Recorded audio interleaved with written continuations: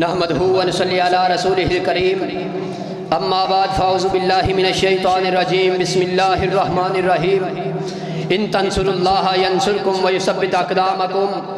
ہے آج ذلیل کیوں کہ کل تک نہ تھی پسند، ہے آج ذلیل کیوں کہ کل تک نہ تھی پسند، گستاخی یہ فرشتہ میری جناب میں، میرے عزت کے لائق اساتذہ اکرام اور میرے جمعہ کے درکشندہ ستاروں، آج مجھے جس موضوع پر لب کشاہی کرنے کا موقع ملا ہے وہ ہے امت مسلمہ کے زوال کے اسباب۔ امت مسلمہ کے زوال کے سلسلے میں یہ نہیں کہا جا سکتا کہ ان کا زوال کب شروع ہوا، لیکن تاریخ بتاتی ہے کہ 12ویں صدی کے اواخر میں جب مسلمانوں کا سیاسی اور اکثری زوال سامنے آیا، پھر تحقیق و تصنیف اور ایجاد و حرکت اور دریافتوں اور ایجادوں کی راہ چھوڑ کر جمود و تعطل کا شکار ہوتی چلی گئی یہ امت۔ سامعین محترم، اسی لیے اسی نتیجے کی وجہ سے آج مسلمان امت، یہ امت اسی نتیجے پر پہنچی، اسی وجہ سے آج یہ امت اسی زوال کی طرف بڑھتی جا رہی ہے۔ اسی زوال کی طرف پہنچتے پہنچتے تہذیب و ثقافت، علوم و فنون اور ادب وغیرہ میں زوال کی طرف بڑھتی جا رہی ہے۔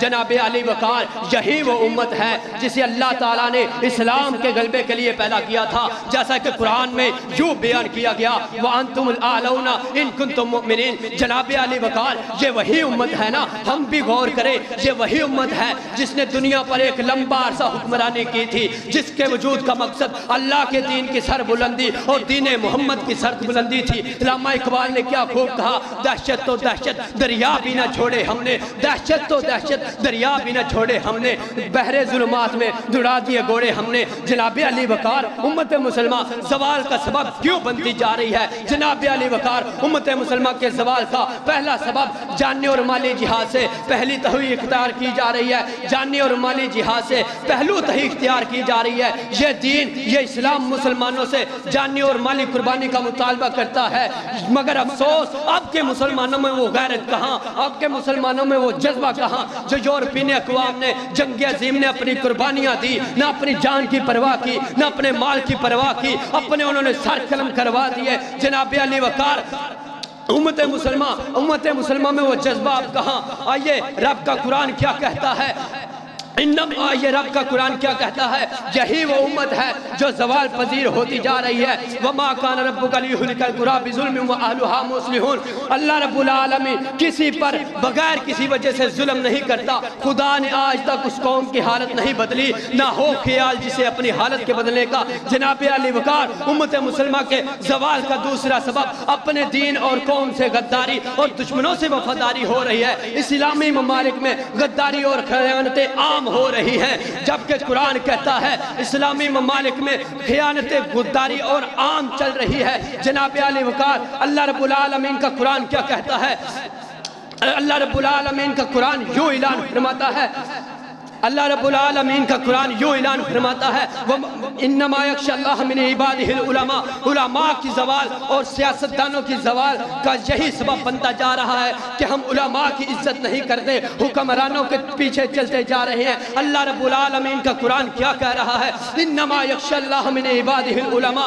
جناب علی وقار امت مسلمہ کے زوال کا تیسرا سبب جہالت ہے۔ جہالت امت مسلمہ کے زوال کا ایک بہت بڑا سبب ہے۔ جاہل آدمی مسلم اور کافر کے درمیان، مومن اور زانی کے درمیان، دوست اور دشمن کے درمیان تمیز نہیں کر سکتا، جبکہ رب کا قرآن یوں کہتا ہے یا ایھا الذین آمنوا لا تتخذوا عدوی وعدوکم اولیاء تلقون الیہم بالمودہ۔ جناب علی وقار امت مسلمہ کے زوال کا چوتھا سبب علم کی کمی ہے۔ جناب علی وقار آج کے اس معاشرے میں علم کی کمی عام ہے، آج کے اس معاشرے میں قرآن و سنت سے دوری اختیار کی جا رہی ہے اور مغربی تعلیم کی دستوری نظر آ رہی ہے۔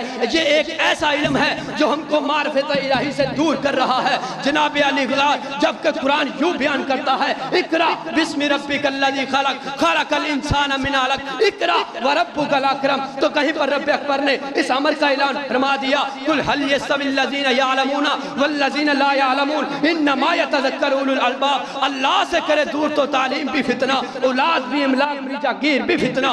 اللہ سے کرے دور تو تعلیم بھی فتنہ، اولاد بھی، املاک بھی، جاگیر بھی فتنہ، نہ حق کے لیے اٹھے تو شمشیر بھی فتنہ، شمشیر ہی کیا نعرہ تکبیر بھی فتنہ۔ جناب علی وقار امت مسلمہ کے زوال کا پانچواں سبب میں آپ لوگوں کے سامنے بیان کرنا چاہتا ہوں۔ پانچواں سبب امت مسلمہ کے زوال کا اخلاق کی کمی ہے۔ اخلاق نہیں، قوم کو بنانے اور بڑھانے میں ایک معارف اور علوم کی ضرورت سے کہیں زیادہ اخلاق عالیہ کی ضرورت ہوتی ہے۔ اخلاق ہوگا تو ادب ہوگا، اخلاق ہوگا تو امن ہوگا، اخلاق ہوگا تو تربیت ہوگی۔ اگر اخلاق نہیں تو تربیت نہیں، اخلاق نہیں تو امن نہیں، اخلاق نہیں تو گالی گلوچ عام، اخلاق نہیں تو لڑائی فساد عام۔ رب کا قرآن کیا کہتا ہے؟ وَمَا كَانَ رَبُّكَ لِيُهْلِكَ الْقُرَىٰ بِظُلْمٍ وَأَهْلُهَا غَافِلُونَ۔ جناب علی وقار رب کا قرآن کبھی یوں فرماتا ہے فَبِمَا رَحْمَةٍ مِّنَ اللَّهِ لِنْتَ لَهُمْ وَلَوْ كُنْتَ فَظًّا غَلِيظَ الْقَلْبِ لَانفَضُّوا مِنْ حَوْلِكَ۔ تو کہیں پہ رب اکبر نے اس امر کا اعلان فرما دیا وَإِنَّكَ لَعَلَىٰ خُلُقٍ عَظِيمٍ۔ جناب علی وقار امت مسلمہ کے زوال کا چھٹا سبب میں آپ لوگوں کے سامنے بیان کرنا چاہتا ہوں۔ امت مسلمہ کے زوال کا چھٹا سبب علماء اور حکمرانوں کی زوالی نظر آ رہی ہے۔ آج کے دور میں دیکھا جائے جناب حضرت عمر فاروق رضی اللہ تعالیٰ عنہ، حضرت سعد رضی اللہ تعالیٰ عنہ اور خالد بن ولید جیسے اور صلاح الدین ایوبی جیسے حکمران اور بہادر کمانڈر نظر نہیں آ رہے جن میں وہ علم بھی ہو، عمل بھی ہو اور قانون کی بالادستی بھی ہو۔ آئیے رب کا قرآن کیا کہتا ہے انما یخشی اللہ من عبادہ العلماء وقال النبی صلی اللہ علیہ وسلم العلماء ورثۃ الانبیاء۔ میں آخر میں کہنا چاہتا ہوں مسلمانوں پر زوال ہمیشہ نہیں رہے گا۔ اپنے چہروں پر عروج کی تمنا سجانی ہوگی۔ ہزار برق گرے، لاکھ آندیاں اٹھے، جو پھول کھلنے والے ہیں وہ کھل کے رہیں گے۔ یہ کہہ کے دل نے میرے حوصلے بڑھائے ہیں، یہ کہہ کے دل نے میرے حوصلے بڑھائے ہیں۔ غمیوں کے دھوپ کے آگے خوشیوں کے سائے ہیں۔